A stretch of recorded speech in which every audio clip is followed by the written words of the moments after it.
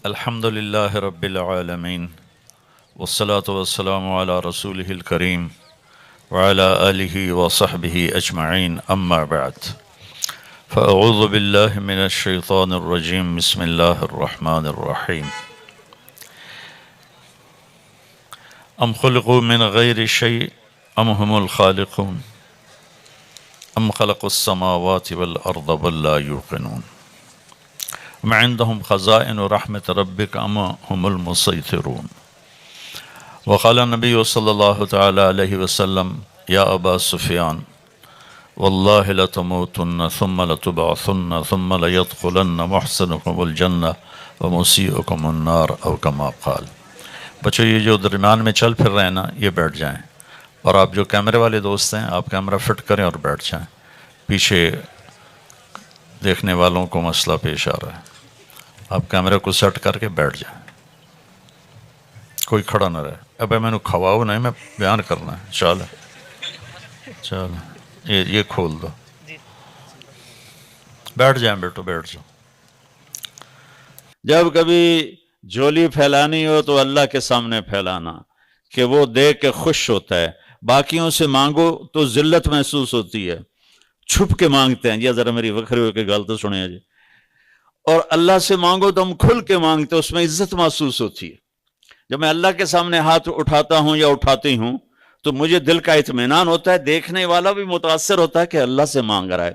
جب ہم کسی مخلوق سے مانگتے ہیں تو خود بھی شرمندہ ہوتے ہیں اور دیکھنے والا بھی بری نظر سے دیکھتا ہے. جس سے مانگا جا رہا ہے وہ بھی تنگ ہوا پڑتا ہے. جس کسی سے جان چھڑانی ہو نا، اس کا نمبر بلاک نہ کرو، اس سے قرضہ مانگ لو، بس نمبر خود ہی بلاک ہو جائے گا. نمبر بلاک کرو گے تو ناراض ہوگا، تو نے میرا نمبر بلاک کر دیا. آپ کو بلاک کرنے کا خوبصورت طریقہ بتا رہا ہوں. جس سے جان چھڑانی ہو اس سے قرضہ مانگنا شروع کر دو. اللہ کے فضل سے وہ تمہیں بلاک کرے گا، تم اسے بلاک نہیں کرو گے. اور اللہ سے مانگنا ہو تو اللہ تعالیٰ سے نہ مانگو تو ناراض ہوتا ہے، مانگو تو خوش ہوتا ہے. مانگنے پر خوش ہوتا ہے. اور اس کے دینے کی طاقت کتنی ہے. یا عبادی لو ان اولکم وآخرکم وانسکم وجنکم وحیکم ومیتکم ورطبکم ویابسکم وصغیرکم وکبیرکم وذکرکم وانثاکم، 12 قسموں میں کائنات کو لپیٹ لیا. اے پوری دنیا کے انسانوں، تم سب کٹھے ہو جاؤ، سارے کٹھے ہو جاؤ. پھر تم اگلے پچھلے نئے پرانے جوان بوڑھے مرد عورت انسان جنات چھوٹے بڑے سارے کٹھے ہو جاؤ. فَسَأَلُونِ، پھر مانگو. آپ چند ہزار بچے بچیاں بیٹھو، آپ میں سے سارے نہیں، 2-4 بولنا شروع کر دیں تو کسی کو کچھ سمجھ میں نہیں آئے گا. اور میرا اللہ کہتا ہے اکٹھے مانگو. کتنا بڑا مجمع ہے، کہتا ہے اکٹھے مانگو. اکٹھے مانگا تو اتنوں نے اکٹھے جو سنایا اللہ کو، تو اللہ تعالیٰ کہتا ہے لا يشغلہ قول عن قول ولا يلہیہ قول عن قول ولا سمع عن سمع ولا بصر عن بصر. تو اللہ تعالیٰ فرماتا ہے میرے بندو، تم جب مجھے پکارو گے تو میں ایک ایک کی الگ سمجھوں گا، ایک ایک کا الگ چاہا اسے دے دوں گا. اور میرے خزانوں میں ما نقص ذلک مما عندی الا کما ينقص المخیط اذا ادخل البحر. تو میرے خزانوں میں سوئی کے برابر، ناکے کے برابر جو پانی لگ جاتا ہے سمندر کا، اتنی بھی کمی نہیں آئے گی. وَإِذَا سَأَلْتَ فَاسْأَلِ اللَّهِ. آپ کو مزیدار سناؤں کہانی، اس پہ عمل نہ کرنا. مجھے پڑھائی کا شوق نہیں تھا، مجھے یہ گانے بجانے کا شوق تھا اپنی کالج لائف میں.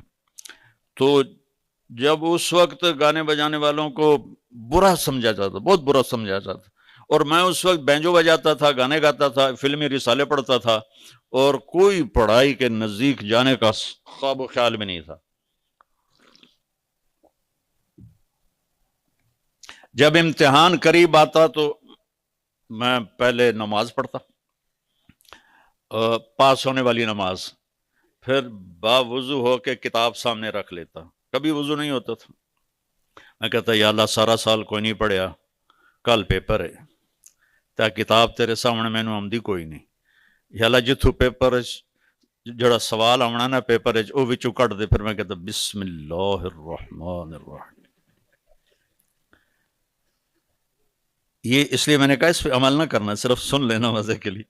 اچھا وہ کچھ نکل آتا تو میں 4-5 صفحے ادھر سے پڑھتا، 4-5 صفحے ادھر سے پڑھتا، پھر کتاب بند کی. یا اللہ کل پیپر ہو رہا ہے میں نے کچھ نہیں آمدا جڑا کوئی سوال آمنا میں نے وچوں کٹ کے دکھا دے بسم اللہ الرحمن الرحیم. یہ عمل میں 10-12 دفعہ کرتا تھا. رٹا لگانے کی مجھے ضرورت نہیں ہوتی تھی کہ اللہ کا فضل ہے حافظہ میرا اچھا تھا.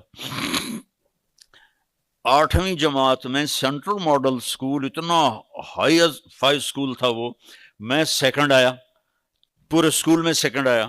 تو میرے جو کلاس انچارج تھے وہ بجائے خوش ہونے کے وہ حیران ہو رہے، اور میرا کان یہ الٹا کان آج تک مجھے یاد ہے، درد کرتا ہے اس کی یاد میں. تو انہوں نے ایسے مسئلہ زور سے کہنے لگے اوے تو پڑھتا تے ہے نہیں، تو سیکنڈ کیوں آ گیا؟ میں کہا جی بسم اللہ الرحمن الرحیم. تم نہ ایسا کرنا. وَإِذَا سَأَلْتَ فَاسْأَلِ اللَّهَ، مانگ تو اللہ سے مانگ. وَإِذَا اسْتَعَنْتَ فَاسْتَعِنْ بِاللَّهِ، مدد کے لیے پکار تو اللہ کو پکار کہ وہ تیری شہرک سے زیادہ قریب ہے، جو سویا نہیں، جو مرا نہیں، جو کھاتا نہیں، جو پیتا نہیں، جو جگہ سے پاک، مکان سے پاک، بیوی سے پاک، بچوں سے پاک، جو شکل صورت مورت سے پاک، رنگ بو سے پاک، ضرورت سے پاک، حاجت سے پاک، بیوی سے پاک، بچوں سے پاک، شرکت سے پاک، پارٹنرشپ سے پاک، کمزوری سے پاک، ضعف سے پاک، جو طاقت ہی طاقت، جو قوت ہی قوت، جو حیبت ہی حیبت، جو جلال ہی جلال، جو خزانوں کا مالک، جو فضاؤں کا مالک، جو ہواؤں کا مالک، جو پانیوں کا مالک، جو سمندروں کا مالک، جو پہاڑوں کا مالک، اسے ہر چیز پکارتی ہے. میں بھی اسی کو پکار، اس کے آگے جھولی پھیلاؤں گا، اور جب مدد چاہوں گا تو اسی کو کہوں گا میری مدد کو آ. ایک آپ کو اور قصہ سنو، لیکن اس پہ عمل نہیں کرنا، سچا واقعہ اپنا آپ بیتی. اس کا زولوجی کا پریکٹیکل تھا، زولوجی، اور مجھے صرف زولوجی کے نام کا پتہ تھا، آگے کیا ہے کچھ پتہ نہیں تھا. تو میں نے جمعے کے دن ہمارا پریکٹیکل تھا گورنمنٹ کالج، تو میں نے جا کے جمعے کی نماز پڑھی اور پھر جمعے میں دعا مانگی، یا اللہ میں نے کچھ نہیں آمدا جڑا آج ٹیسٹ میں وہ جو لیبارٹری میں پریکٹیکل جو آج ہونا ہے نا، وہ یا اللہ مجھے آج تو خواب میں دکھا دے، تیری بڑی مہربانی. یہ کہہ کر میں نے آ کر نہ کتاب اپنے سرانے رکھی اور سو گیا.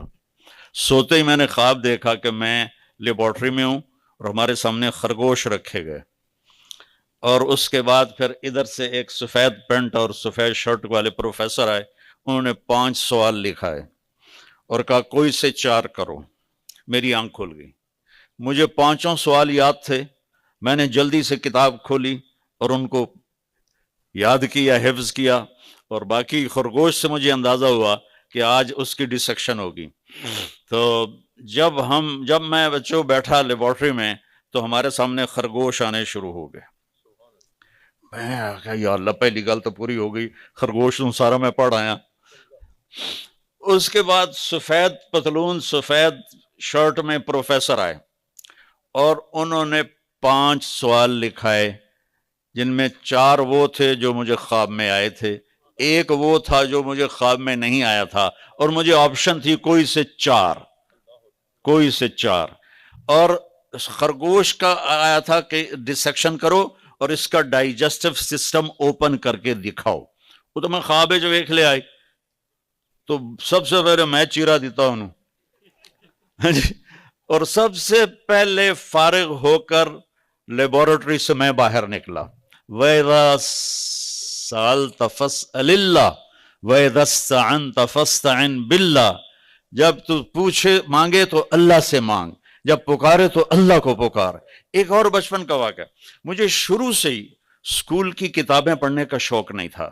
حفظ اچھا تھا، امتحان سے پہلے جب آگے چلا گیا میٹرک میں ایف ایس سی میں تو پھر بسم اللہ تو برکت نہیں، اور اس سے پہلے چھوٹے چھوٹے قاعدے ہوتے تھے، وہ ضرورت ہی نہیں ہوتی تھی اس پر زیادہ زور لگانے کی.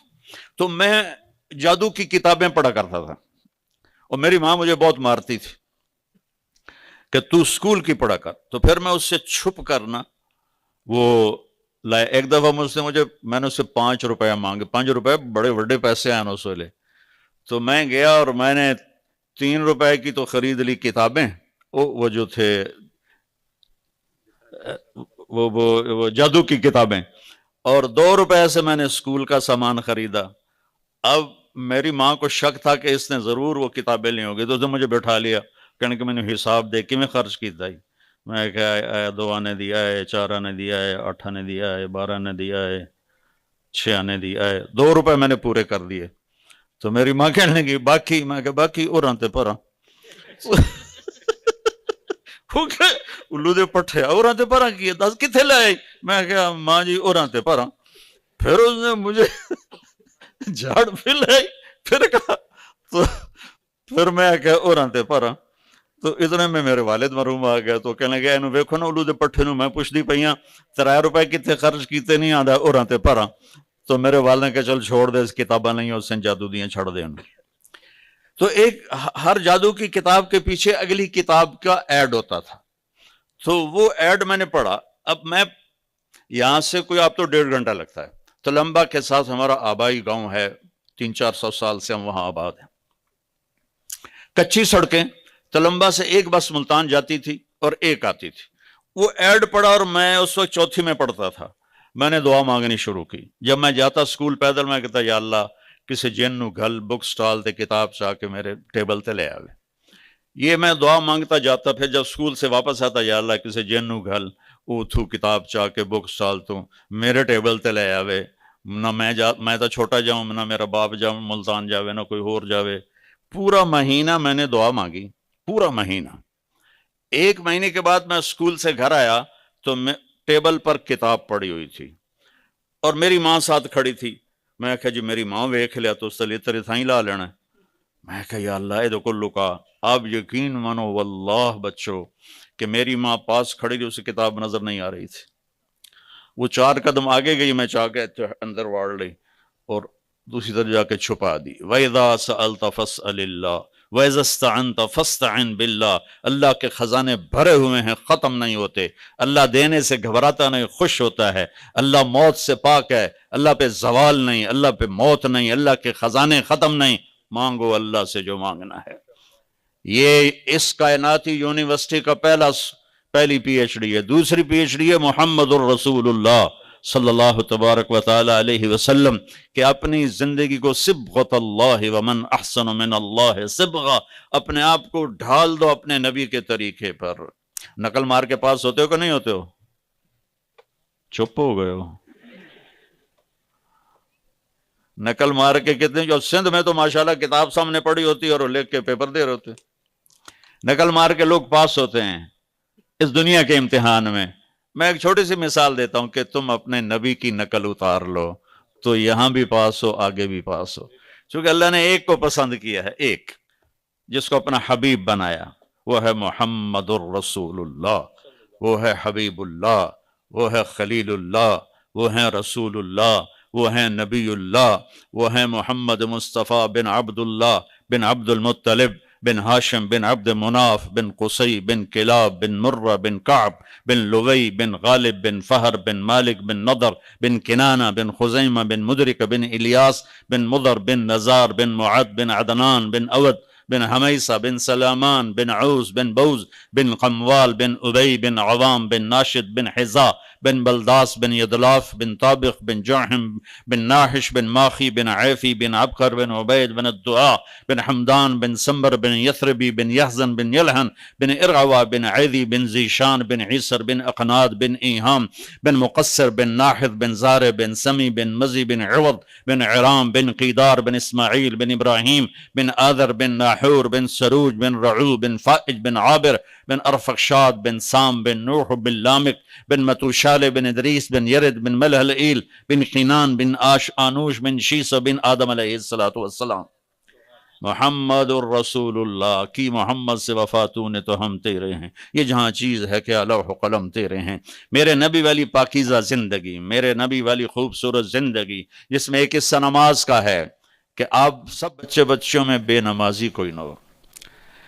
بیٹا 14 صدی میں اگر نماز کوئی چھوڑ سکتا تھا نا اور جس سے گنجائش تھی، وہ میرے نبی کے نواسے تھے حسین ابن علی علیہ السلام. کہ ایسے سورج سر پہ تھا